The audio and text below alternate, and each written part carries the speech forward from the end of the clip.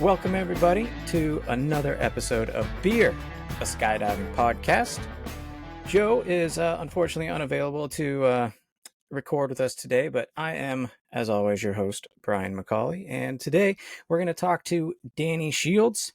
He is a ambitious fun jumper at Skydive Pennsylvania who's been skydiving for a little bit longer than me. And we're gonna talk to him. So, how's it going, Danny? Good. How are you? I'm doing all right, man. So, let's just get like all the formality type stuff out of the way here, right? Why don't you just give us a rundown of you like personally and then like your skydiving journey? So like you're a younger guy, you're in your early 20s, right?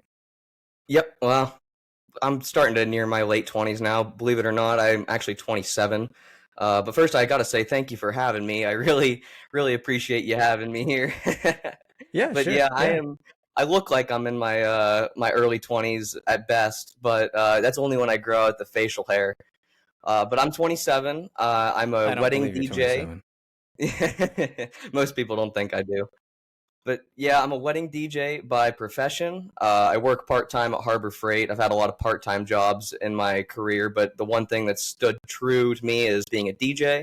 I've been doing that since I was 16 years old. Mostly weddings. Weddings is my bread and butter, what I like doing. Apologize, my cat wants to be involved in this really bad. I have two dogs like around me as well. So They sometimes will never leave they're you around. alone. But yeah, I started fun jumping. I got into the sport as most people do with a tandem one day, just a random tandem. I don't even know what sparked the curiosity or the initiative for me to just book it, but I did, and I loved it. Fell in love with it, even though I threw up right when I got to the ground. And I haven't looked back since. I've just been fun jumping since 2022 now. 3 years in the sport, and I've got 360 jumps now. Nice. So that tandem, was that in 2022 as well? Yes, I did the tandem in like June of 2022, and then it was So pretty much like 2 weeks later that I started my IADs and the ground course and all that good stuff. yeah, that's what I was gonna ask. Was it pretty like soon right after that tandem? You're like, all right, I gotta do it again. I'm hooked. Oh yeah, it was immediately. My dad looked at me, he saw me throw up and even said, I doubt you'll do this again. And I was just laying down on the picnic table there at Skydive, Pennsylvania, and I said, yeah, I'm gonna get my license. I definitely gotta do this again. He thought I was joking, but no, I was not. Well, yeah, most people who throw up afterwards don't come and do it again. You know, so I That's guess true. you're just a special guy in that way, right? I'm an anomaly. Did you That throw is up true. when you took? Did you throw up when you No, did your first tandem? No, the no, motion sickness no. didn't get you at all. I guess you were a pilot beforehand, so you were kind of accustomed to some of that. Yeah, yeah, no, that didn't bother me. And I had the first tandem that I did wasn't my first jump either. I had jumped in the army. That was like 20 years ago, but so I mean, I had an idea of what I was in for. You know what I mean? Um, but yeah, no, I don't get motion sickness. Like it wasn't a problem for me at all. So Wow. Yeah, I had to take Dramamine for the first probably 3 or 4 months just for me to get through the plane rides up. It so was why did you keep doing it? Like what so if you had all of that to overcome, like, motion sickness and like actually medicating yourself to be able to get up to altitude in the plane, why'd you keep doing it? I'm telling you, it's that rush. It's that skydive rush that everybody is chasing. The free fall was awesome, but really what I looked forward to the most was the canopy flight, and that's still true to this day. Canopy So I was flight's going just to my ask you. favorite. Yeah, So you're a canopy guy. You're not necessarily into the free fall. You want to fly that canopy.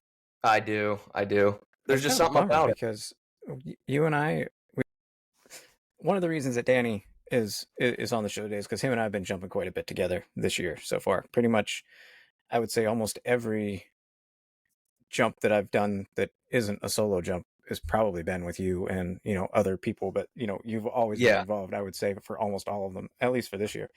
So I mean, that's probably and the most of the jumps that I've done have been you know 2 ways or more. So we've probably jumped in the last month and a half 30 times together, 25 times Yeah. together, something like Oh, that yeah. probably. And dare I say, I don't want to say we're getting good at it, but we definitely don't suck anymore. Right. We definitely don't suck, and that's a good step forward, you know? So, Yeah, yeah, but we've been doing well, what would you call it, like skill builder type jumps yeah, almost, like just working on you know, skills, just your basic belly stuff. That's the stuff that I recommend to any student pretty much. I mean, you're first getting into the sport. The majority of your jumps are going to be belly jumps. That's always how you deploy. yeah, So it just makes sense to be practicing belly jumps more than you would free fly or anything else, really. yeah, definitely. So, how many jumps do you have total now? Total, I am up to 360 now. I bought the unlimited jump package, so I anticipate this year getting up to at least 550. So, You gonna try to get another 200 this year? oh yeah, oh yeah. I've already gotten 70, and it's been as you know, slow start to our Pennsylvania season we've had here. It's just been nothing but rain and clouds. We've had probably like 5 solid full days of jumping. Everything else has just been half days or Yeah, it's been stuff like horrible. that. So, The weather's yeah, been from awful. the You've few gotten days we've had. 70 jumps already? Yep, from just like 5 full days and like yeah, 6 part-time days where he's just jumping Cessna loads.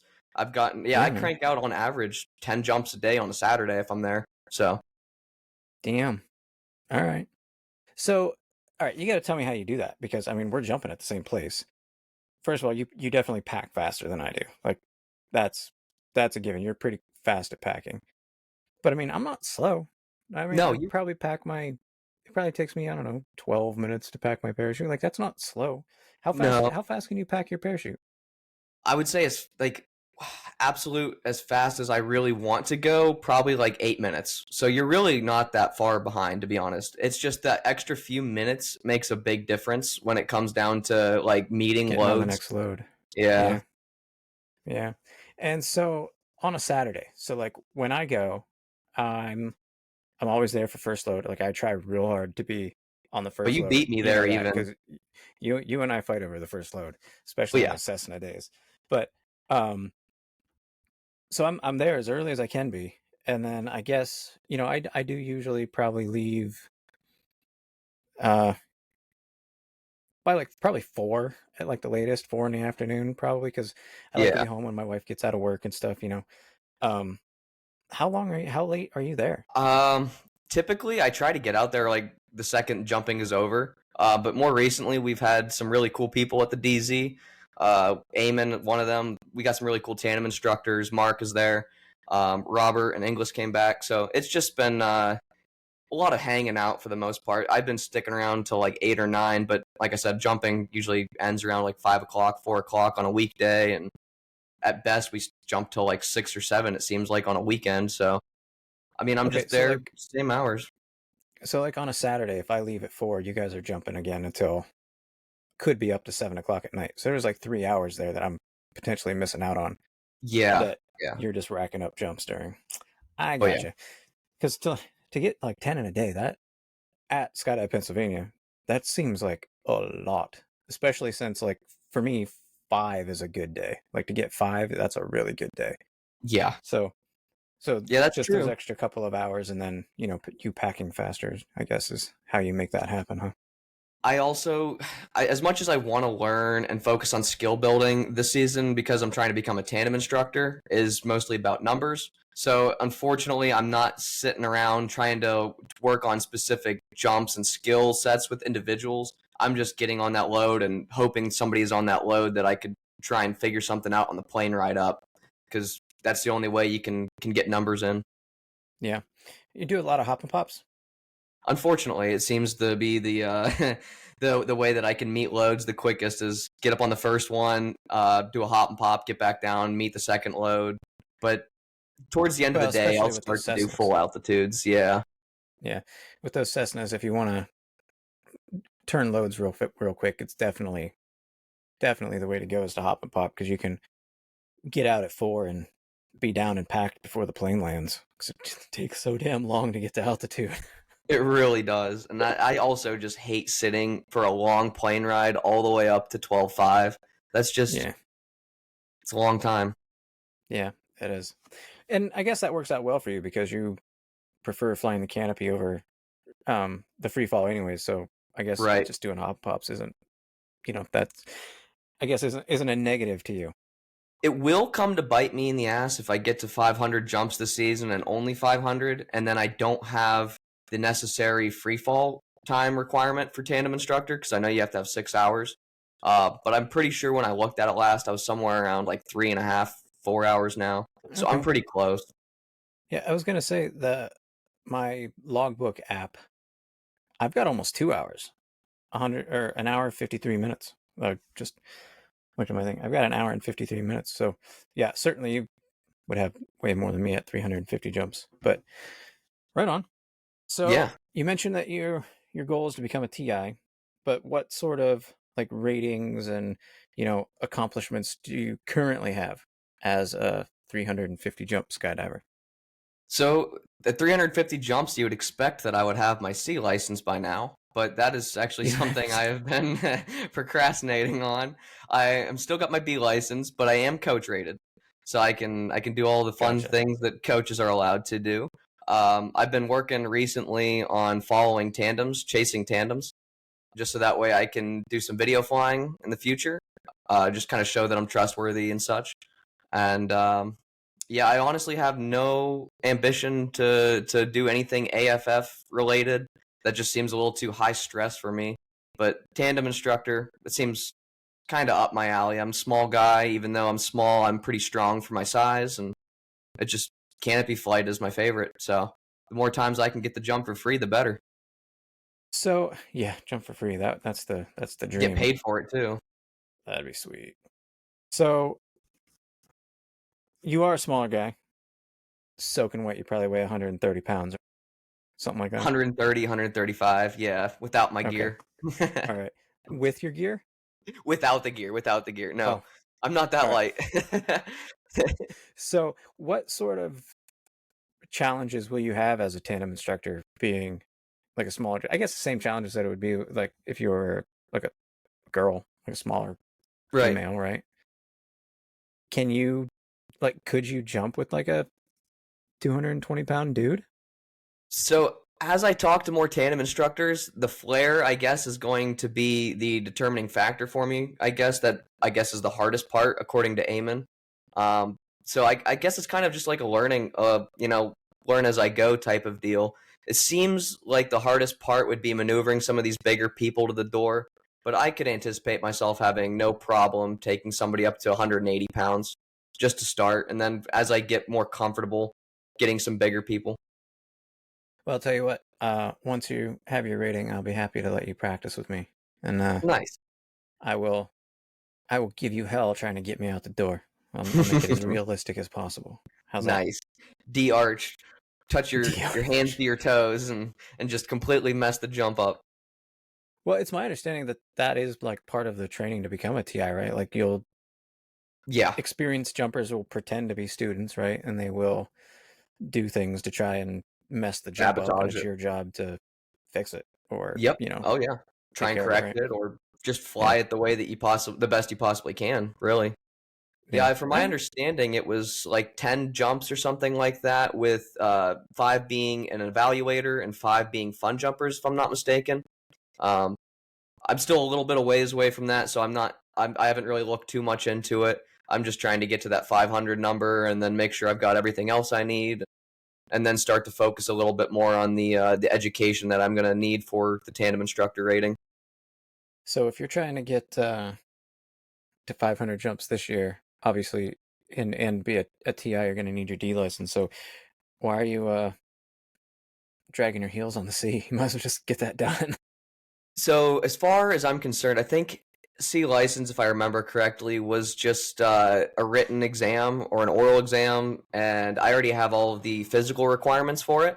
So I'm kind of just hoping to have the C license for one day at most, and just go straight to the D, because it Oh, really you're going to has be that no guy, huh? benefits to a fun jumper having a C license. I mean, you get all the same privileges as you do with a B license, essentially. So I can't think of a What specific about thing. what about flying a wingsuit? I know you have to have 200 jumps to do that, but do you also have to have a C license, or can you do it with a I B think license? it's just B license, Really? and I think that's just even a recommendation.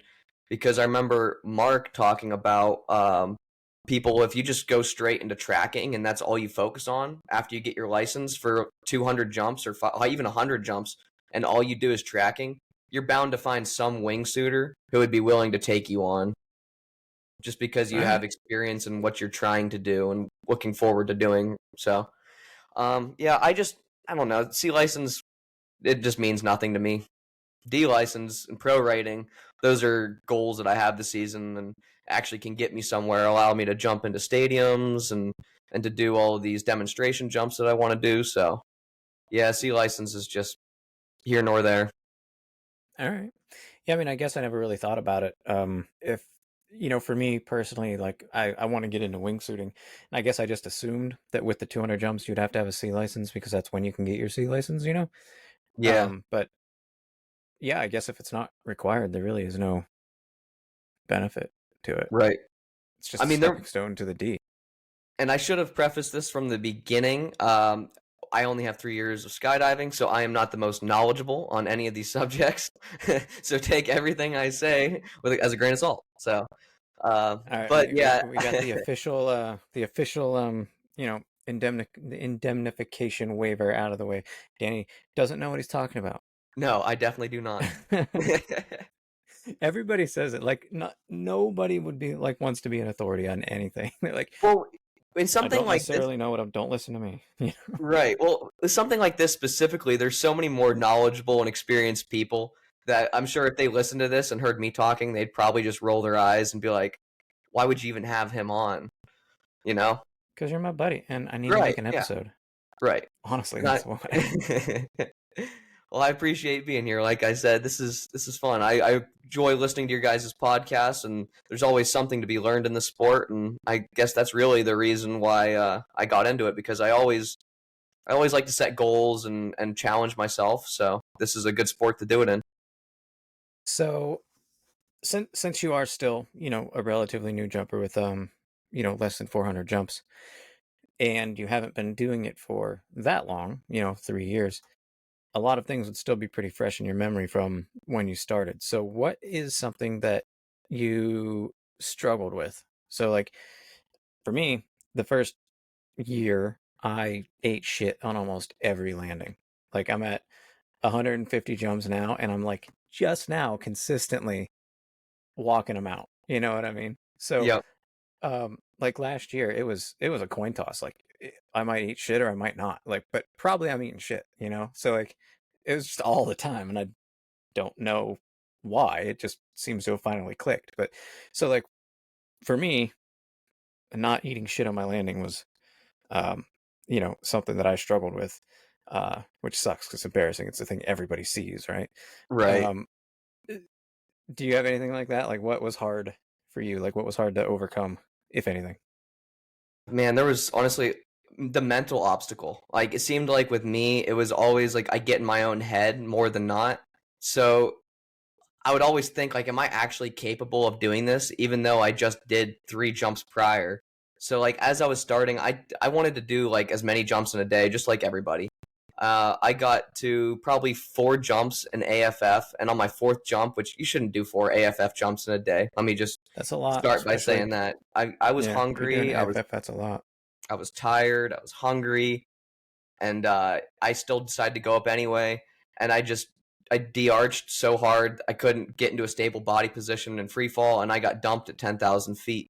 So I think like the hardest part was like me knowing where my limits were and weren't, especially as I was starting. But like I said, it's also just like a mental roadblock because I would get in my head and think I wasn't truly capable of doing these types of things in the sport. And truly, I really was from the beginning. Like I never really had any super difficult, obstacles. I was pretty good at flying, pretty good at landing from the beginning. The free fall might have been the hardest for me, to be honest, because it didn't really click, and it still at times doesn't feel like it does click. But I could still get to a group and do all the basic stuff that I need to do. And yeah, I don't really know. I think really just the mental. that's that's interesting because for me, like if I do something one time and I'm successful at it, then I know I can do it. That doesn't mean I can do it every time, but I know I can do it. And I wouldn't have that thought process like, oh, I don't know, like, even though I just did 3 jumps, can I do it again? Yeah, of course you can do it again. Like that's what I think Right. in my head. So that's interesting that you would say that. It's almost like you would, and I don't want to put words in your mouth, but like compartmentalize each jump. Like every single jump was separate almost. Yeah, no, it really That's was interesting. to an extent. Yeah, no, my brain, it's definitely weird. I'm not gonna lie. Most jumpers have some sort of I'd say mental illness, but that's just a joke. I'm like ADHD, ADD. Like we just have problems focusing. It seems like. Yeah, like even though I do a good jump, it seemed like winds could have shifted, or what if I'm in somebody's way on landing? There's all those what ifs that I would have, and those are Yeah. really where I'd stumble. Well, there is that time that you and I almost collided last year. Do Oh, geez, you remember yeah. that when we were? Well, I I remember was that. flying the pattern properly, but somebody else wasn't. Yeah, that guy, he wasn't looking. Head on Hmm. the swivel. What does that mean? Nope. Yeah, just doing his own thing, not caring about anybody else. Should have did a It's all spicy downwinder. right. So, you mentioned that you're trying to get into video flying and you're jumping with some tandems and chasing tandems. Can you do that because of the coach rating and 300 jumps? Because I think you and I talked about this. I thought you had to have 500 jumps to chase a tandem. Like it's not like UPT's like rule or whatever, but you can get around it because of the coach rating. Yeah, so I believe with my coach rating that allows me to do that at 300 jumps. I'm not entirely sure of what the normal circumstances would be. But given that a lot of the TIs have seen how I fly and they know that I'm safe and I'm quick with my exit and they've got no worries there that they were able to debrief me and give me an idea as to what I'm trying to do, the goal for each jump and slowly progress. So I did probably seven, I think, yeah, it was seven tandem chase jumps the last time I was there. I think it was Friday. I believe it was Friday that I was last there. Um, and I chased Eamon and Mark a few times, 7 times total. But we were just for the first 7 jumps, I was just practicing getting to them, but not actually physically docking because he had Right, some sure. bigger tandem students, and the fall rate was just absolutely insane. Like I had to put a weight vest on, throw an extra 15 pounds, and even then I was struggling to keep up. So it was just a matter of seeing the fall rate, learning from that, and then slowly working my way into docking. So that should be the next step. So, did you take any video? There's the dog. Yep, sorry, my dog won't stop barking. Please. Oh, that's all right. Did you take any video? Like, could you? Because I mean, obviously, if you're chasing tandems, you want to do outside video, right? Like that's the whole reason that you would be doing that. And I would think that not just being able to fly with the tandem is important, but obviously the actual footage that you get, right? Like, Yeah, what is probably more important it aside from is. like safety, right? Like the video is the product. So like, did you try taking any video? So Eamon wanted me to practice just flying the slot, practicing getting there, being with the group, and then as we get a little bit further on, then he's going to let me add the camera back in, especially because I've got that, I don't even, what the unicorn mount, the narwhal mount, whatever you want to call it, though it sticks out so far, and he just wanted me to focus on flying with the group, and then from there, once I can show that I'm safe with the tandem, not getting in that hourglass portion of the wind, then he's going to let me bring the camera back in.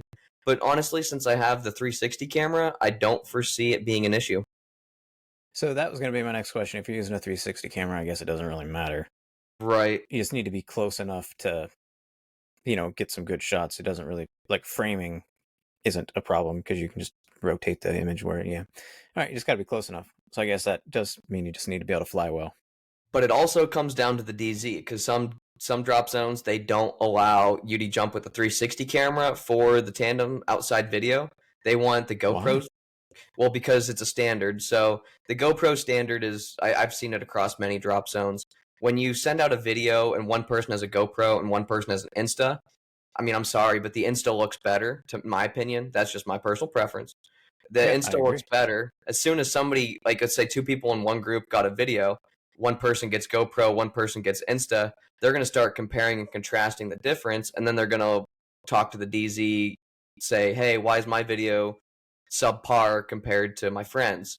So they just want to make sure that they have a uniform standard. Everybody's got the same style camera. Um, and with that, I'd probably have to, not probably, I would have to get better at flying accurately and the right angle and making sure my head's in position, which truly changes the dynamic of the jump. Yeah.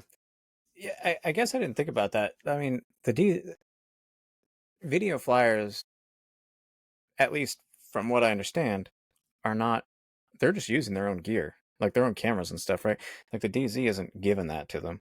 So just over time, obviously it was just GoPro for a long time. GoPro was the only camera that you could use really for a long, like aside from the professional ones with like a freaking DSLR on their head, you know. Yep, But you know, the GoPro is pretty ubiquitous, and that has been like the action camera for for sure. over a decade, you know. And so It's been the now with standard. the 360 cameras and stuff coming in, I guess I could see that, but I don't know. If I was a video flyer, I'd be kind of pissed off. I'd be like, well, okay, give me a GoPro then. Like, buy me a GoPro because I don't want to buy a GoPro. You know? Exactly. That's how I feel right now. And that's how Cecil is. He doesn't want to sell a video as like outside video without me jumping a GoPro. So it's either I got to bite the bullet and buy a GoPro to try and make some more money in the sport, or just tell him, suck it up, Buttercup. You're going to let me use my Insta and you're going to sell it as a separate package, which is kind of the way that I feel like it should be. Like, make it a premium video package where you can have both the hand cam and the outside video slot, and find a way to put the two videos together. Yeah, I like that idea as well. But then, I mean, then it's going to be hard because then you're going to have some people who do video that have 360 cameras and some that don't. And then if you make it a premium thing and everybody wants the 360 video, then that's the only person that's going to be jumping and Right. making video, which is going to cause problems with just getting tandems out the door. Sounds like just need to buy cameras for everybody. That's what I was thinking. There's a few TIs that have some older GoPros. They're not old enough that they're like outdated, but they're good prices and they're what I would need. So I should just probably buy one. I have two Hero 8s, GoPro Hero 8s that I've used like twice. What are they up to now? Like 16 or something? Something like that. Something That's insane. ridiculous. Like, yeah, But those things are expensive. Like they are. even I bought the 8s. Like I think the 10 was out when I bought them, and they were still like $300 each or something like that. Now they're probably worth $12 because they're so old. Right. They're essentially brand new. If you want to use them, Batteries are worth more, probably. Probably, yeah. But yeah, if you want to use them, by all means, I have them. Thank you. I will let you appreciate use that. them. Yeah, you are. Speaking of being a nice guy, Brian here drove us down to Virginia for our recurrency, or a stay current rather, down in Virginia. We went down to Virginia. It was back in what, February, early February. Yeah, back when I was fat, I couldn't fit into my shit. You drove us the whole way. I didn't have to get in my car. Pretty much, I don't even think. Yeah, besides the first like 10 minutes, just had to meet you at the highway. Yeah, just to meet me at the highway. That wasn't out of being nice. That was because I don't like it when other people drive me. Hey, well, I'll take it however I can. That was nice. Yeah, man. I'm gonna be going down there again sometime this summer to do like the rigging test and all that stuff. There's Oh, nice. That's where the nearest DPRE is, designated parachute rigger examiner. So I'll have to go down there for a weekend and take the exam and I guess pack a reserve and do all that in order for him to sign off on my certificate so I can be a rigger. Nice. Do you guys have a date in mind, or No, not yet. not yet? I still have to pack 10 reserves, and I'm not really in a huge hurry. I just figure as long as I do it by the end of the summer, I'll be happy. So no, I've talked to the guy on the phone, and he just said, once Mark signs off on everything and says I'm ready to go take the test, then just call him and we'll go do it. So it sounds like it's a pretty laid chill back thing. Yeah, That's cool. so that'll be exciting. Then I'll be able to pack my own reserve, which will make me happy and give me a little peace of mind. That would give me anxiety. Why? knowing I You packed pack your both. I parachute all the mean, time. yeah, but that's different. Packing both, it's like it's almost death wish. Like I feel like if you pack one and have a cutaway, now because you pack both and you have an issue. What if you have I mean, you won't, but what if you do? I'm just You that's won't. see that's like part of my mental thing where it's just like it's a mental roadblock with me always. It's like I can't do both. I will trust I will trust my rigger till the day I die, or until the day rather he dies because he's older than me. Then I'll have to figure Well, something you never out. know. That's true, You do jump out of airplanes pretty frequently. but it is still safer than driving in a car. I've That's heard. true. I've heard. Statistically, yes. Um, yeah, I mean, I guess that you could look at it that way, but It's an also, irrational way of looking at it. yeah, but also on the flip side, how many times have you packed your parachute and it worked? 360. Yeah, exactly. So like what are the odds that Right. you pack a Yeah, I reserve and know. it's not going to work? Like I know. that's the way I look at things. Like plus that way I know. Like I know I did it. I know I did it right. I followed the rule. Like, I read the manual and like I did everything right. I inspected everything. Like I don't have to trust anybody else. I just I know personally. I saw it with my own eyes that things are good. I like that. That gives me peace of mind. That's fair. I respect You that. know, Yeah. like I inspected my canopy. I inspected my lines. Like I know everything about that parachute that I need to know. You know what I mean? Because right now I don't have that. Now, of course, like I trust my rigger, but I have to trust my rigger. I'd rather not. I'd rather trust myself. Like, That's if I'm true. being honest, you That's know, true. and Yeah. plus, it is a life-saving piece of equipment, right? Don't you kind of want to know how it works? Don't you kind of want to open it Not in up and be like, nope. really? You're Not in not the interested in that at slightest all? bit. I hope to You're God kidding. that I mean, you know Timmy from the drop zone. He has like what 4,000 jumps, zero cutaways. Yeah, Zero. You want to know that's why? awesome. Because he knows how to pack his parachute. Like, and it's like if you pack your parachute and you deploy in a good body position, I believe you might only have like a few cutaways your entire life, and that's where at worst case scenario. So I'm hoping that that's where I'll end up being. Now tandems are a slightly different, you know, slightly different just because you're not always packing those. You're having random packers pack that and just hoping for the best. But like That's exactly what you're going to be doing. as far as sport parachutes go, like yeah, I don't have any. I don't care about the reserve. I don't, because hopefully I'll never need Okay. it. I mean, I'm glad So, it's there. Don't get me wrong, but I hopefully should never need it. well, yeah, I mean, that is the hope, right? And I don't know, as fast as you pack, you're going to fuck it up one day, dude. Like I've you're going had to have, some. you pack too fast for it to not mess up someday. Well, like I said, I pack fast, but there's a fine line between like just slamming that pack job out and just hoping for the best, and like still the way that I do it, like I stow my toggles out in the field before I come back. I put the excess line away, and then from there, it's just Doesn't making sure everybody you. do that? No, you'd be surprised. I've seen a few people that don't, and it bothers me because if you don't do that, just from my experience, you can end up with so many twists in your brake line that you're constantly trying to pull those twists out. And then if you don't pull those twists out, now you have brake lines that have held that memory with those twists, and now your brake lines are just shot. Yeah. Like it Looking just at a speeds the tension knot or process something. up. Yeah, Yeah. tension knots are a serious So, problem. yeah. So I guess I should take it back. And I'm not trying to jinx you by any means. But so I guess my packing philosophy would apply to you as well, assuming that you do what I do. So, like, obviously, we pack differently, but when I pack my parachute, I pack my parachute the exact same way every single time, no matter what, without fail, the exact same way every single time. And it's always worked, right? I only have 150 some jumps, but I've never had a cutaway either.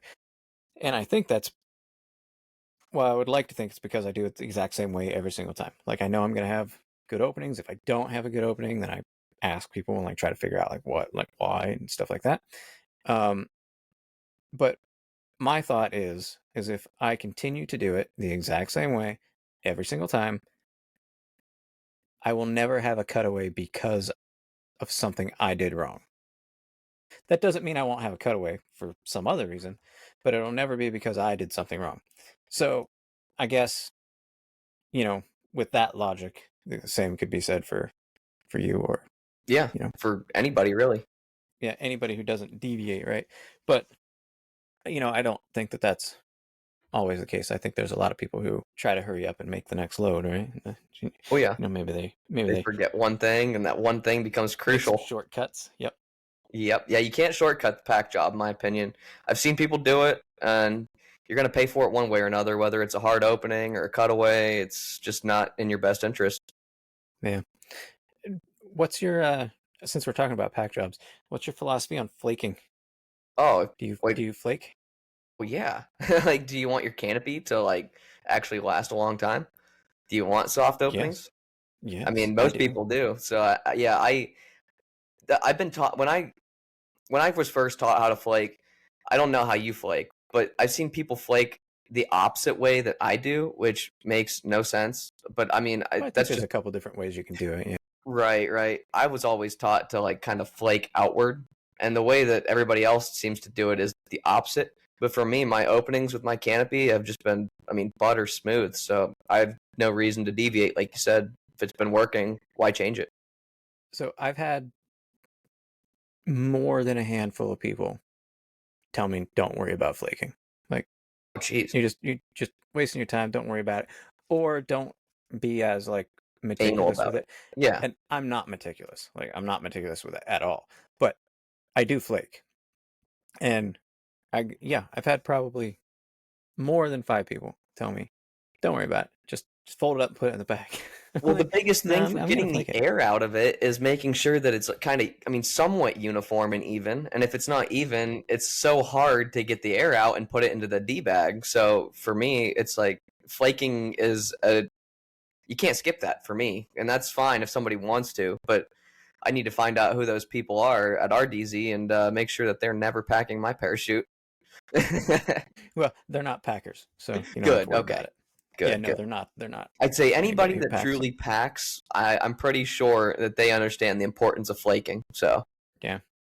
So that is one thing that, like you mentioned, you know, longevity of your parachute, right? Um, I like this stuff is expensive, right? You know, like all this gear, it's expensive. I want my stuff to last as long as it possibly can. So I think I actually probably pack differently than a lot of people. I pack in ways to intentionally reduce wear and stuff, like on my canopy. Like I've never seen anybody pack the way that I do. Like I don't do like the when you cocoon it around and you like twist but the you don't do tail, the the two ends of twist. the tail. No, I don't twist it. I just like tuck it into the nose, so it makes the cocoon, but it Yeah. Huh. looks like a butt, really. You Right. know what I mean? As opposed to twisting it. And like by not twisting it, then you know it reduces wear because that has to untwist and you know. So like they're just like things that I do like that are designed to not wear out my canopy as quickly as maybe other people's canopies would wear out. Um, but that's another reason why I want to become a rigger so that I can be more familiar with how I can make my stuff last longer. That's respectable. Because yeah, a lot of people they don't even give a shit. I mean, to be honest, they don't care. Like they just say, "Ah, whenever I got to buy a new canopy or whenever it needs new lines," but they don't really think about ways that they can prolong the life of their canopy, storing it properly, you know, taking care of those line sets. Yeah. Yeah. So I don't know. I have 6 kids, so like they're expensive. I can't Oh yeah. afford to just go buy a new canopy. So Nope, me either. I got 0 kids and I can't afford to buy a new canopy. your kids are expensive, dude. I have one. Oh, we're gonna go on a little bit of a tangent here because it's gonna impact my ability to jump out of airplanes. I have one who is going to be a senior this year, so we're like doing college stuff, right? Like looking at colleges and thinking about college visits and all that shit. He is seriously considering going to a school in Hawaii. Oh no. Oh, like And like, I can't why? I well, There's like, he I wants mean, to I'm be sure there's a good school, but like, yeah, he wants to be a marine biologist and they just happen to study what he wants to study, like the types of animals and it's like the natural environment of like the type of crap that he wants to study. So like it makes sense. And that I can see. this Yeah. isn't like a kid who just wants to go to Hawaii. Like he wants to go there because the stuff that he wants to study is there. So like it's legit. It makes sense. Yeah. But Okay. that means we gotta go to Hawaii to do like a school visit, and then if he gets accepted, like fly him back and forth from Hawaii. Like, can you imagine? Like, oh, it's Christmas break, you gotta fly the kid home. Oh, it's spring break, you gotta fly from fucking Hawaii. So, anyways, I think I'm going to Hawaii in October, but that Oh means man. I'm not gonna be able to jump as much as I wanted to. Yeah. No. That sounds honestly. I would love to go to Hawaii, but on that premise, I no. But yeah, like I Yeah, mean, right. if he does go, I'm just throwing this out as an option. Maybe the kid comes back twice a year at most, and like, because I mean, spring break right after Christmas break, that's a little I much. know. Like that's a little I much. know. I'd say you're gonna stay there for spring break if you want to go there. You're gonna have to choose Christmas and something else middle of the year or whenever works for you. Really, your summer break. Yeah, well, without turning this into like a going to college podcast, I Right. don't know that he can stay there during breaks because I don't like dorms shut down, don't they? Like kids can't stay there, can they? It Like I don't depends. think Certain so. colleges I think do, but yeah, I've never gone to college, so I would not be the best Yeah. person to ask on that. Anyways, Yeah, wow. yeah, just all that crap. That's But exciting. if I But do go, I'm gonna get to jump. So I'm not going to that Hawaii and not jumping. So I'd say that's that's a thing. definitely what I'd be doing if I was there, at the very Yeah. least. So, anyways, yeah, that's a thing. Yeah. So, all right, back to skydiving. Um, I had a question for you, and it has escaped me, but it had to do with um oh, you said you had no interest in like becoming an AFF instructor. Yeah. Well, Like I you didn't should want to say mess that. no interest at the moment. I'm sure later on I'll get more comfortable and have some more experience, but for now, yeah, not interested. How come? That was my question. Why? Yeah, mostly just seeing the ways that it could go wrong. Like you are in charge of that person's life 100%. You don't get to them. You don't save their life if they make this big of I mean, I remember the mistake I made on I think it was category F or something like that. Like I said, I didn't arch. I go right out the plane, right out the King Air, and I'm just tumbling through the air from 13,000 feet, and then I get dumped at 10.5, and I'm flying at 210. I think I had like a 30-minute canopy flight from 10.5. My legs were I can numb. only imagine you on a 210. Holy cow. Yeah. I hated it. So if it wasn't for the skill of my AFF instructor at the time, like my AAD could have fired if I just kept that plummet going, you know? And that would have been a Well, long yeah. fall of just tumbling through the air. Yeah, I don't know. I just don't want to be in charge of that much responsibility. That's it's a little too much right now. Being a coach, I feel like the rating is set too soon. I think it's 100 jumps and a B license is all you Yeah, need to it be a is. coach. I'm sorry, but that's too soon. 200 jumps and a C license, I feel like should be where a coach level is like the beginning. But I've So just you're seen. saying you should not be a coach. You do have a coach rating, but you're saying you shouldn't be coach Yeah, rated? no, you're right.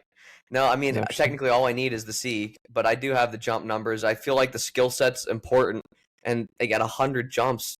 Who could really build the skill set necessary to teach somebody? I just don't think that that's realistic. Yeah.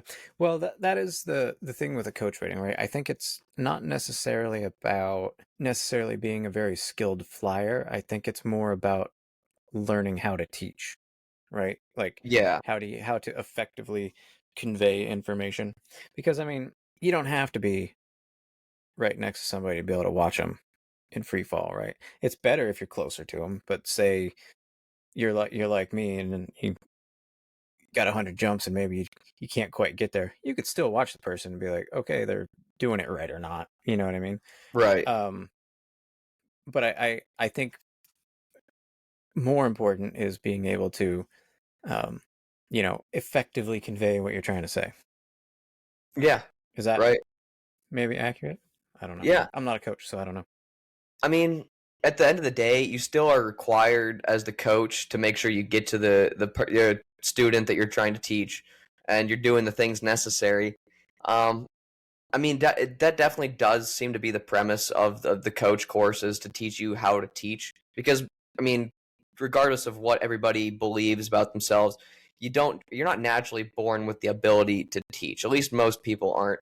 So to understand how you need to effectively teach somebody, starting with just kind of showing them a general video of the skydive that's about to happen, and then mocking it up for them so they can physically see you do it, how it's going to go from beginning to exit. I mean, yeah, you gotta make sure that you're conveying everything properly and thoroughly. So yeah, just learning to teach, I think, is probably, like you said, the majority of it. But at the end of the day, if you can't get to that group or get to that student, then you're not able to be a coach. So that's a pass or fail requirement. If you can't get there, you're gonna fail. So So it's a when you mixture were of both. getting your coach rating, what is that school like? That class? What do you got to do? So it was 3 days for us. We had the legendary 3 days. Bob Holy Gates come cow! out. Yeah. So the first day was just straight up book work. I mean, we were going through reading a lot of the sim. It's very boring stuff, but it's education. You got to make sure you understand what you're about to teach people. Yeah, right. I Yeah, know. Yeah. When I first heard that, I was like, oh, do I really want to do this? But I knew that yeah, this that was sucks. a career I wanted to get into. So got to learn the book stuff. So go through all the book stuff, make sure we're all fresh on that. And then the second day was essentially just kind of going over the stuff that we already know, but gear checks with students, the process of what we're going to be doing with the students, and then actually mocking up both it was separated between the the teaching aspect of it, like the pre-jump portion, and then the actual jump itself. So we had air evaluations, and then we had ground evaluations. If I remember correctly, there was 4 of each, and we had to pass all of those. So there was some So you had like chances for us to fail and retake it. But I, as far as yeah, I didn't fail a single jump, so or the ground school. So yeah, it was just kind right. of teaching and learning all of that stuff. The whole start off with the whole jump itself, break it down into individual parts, and then you go back over the whole thing, but you make the student do the whole bit again, but himself without you talking. So that way you can truly see that they understood what you taught them and that the jump will go good. So that is something that I would like to do this year is get a coach rating. Um, Not necessarily because I want to be a coach, but I just like to know stuff, right? And I feel like being empowered to instruct is like the ultimate sign of having knowledge. Like if you can, again, effectively communicate somebody to somebody else, that means you know it yourself, right? Absolutely. So since you have been a coach, you got your coach rating last year, right? Yeah, I got it in August of last year. So how many jumps did you have? Around 200, 250, I want to say it was like 220-ish when I got my something coach like rating. that. All right. Do you feel like you were um adequately prepared to like be a coach or not? The more I look at it in retrospect, I would say yes. At the time, it was still one of those things, like as a newer jumper, I was in those mental roadblocks with myself, like thinking I'm not truly capable of all this. I shouldn't be teaching people. But then at the end of the day, it really came down to just trusting myself and knowing that I actually do know what I know and having that confidence to show it. So yeah, in retrospect, I would say that I was truly capable, and knowing how you fly, I would say you're truly capable too. You can get to the group. You can go over the most basic of things that are important to a student. You can go over the categories that they're going to need to jump, and I'm sure you'd be able to execute it flawlessly. Yeah. All right. Yeah, I can get to a group. I'm also real good at messing that up sometimes too. Okay. I mean, that's where Jump at yeah, Cleveland. That's where I figured if you were serious about getting into to being a coach, that's why I've been wanting to work with you so hard, just one on one. Even if we add just a couple people in extra as we get more comfortable, it just helps build that basic skill set that a coach would need. So, yeah, aside from that one jump you had this season, I'd say you were you were good. They don't all go as planned, all right? It's just the way it Right, is. it's true. Yeah. But yeah. All right, cool, man. Well, I think that's about it. All I have for you. It's been almost an hour. It's kind of amazing how you can How just sit quick and the talk time for an goes. hour Yeah, about skydiving. Yeah. So I'm looking forward to jumping with you more this year. absolutely. I'm It's hoping gonna the be weather awesome. starts to get a little bit nicer as the summer actually starts to come into fruition. I know, dude. I think it's supposed to rain. It's a Tuesday, so the drop zone's closed today, but I think it's supposed to rain tomorrow, Thursday, and Friday. I thought I saw Friday looked good. I thought, but Oh, maybe I'm okay. wrong. Maybe it's just Wednesday and Thursday then. I hope, because I need my numbers, and I have a wedding on Saturday to DJ, so I either have to jump in the morning and then be dead tired all day because it's like a 12-hour day when I'm DJing, Yeah.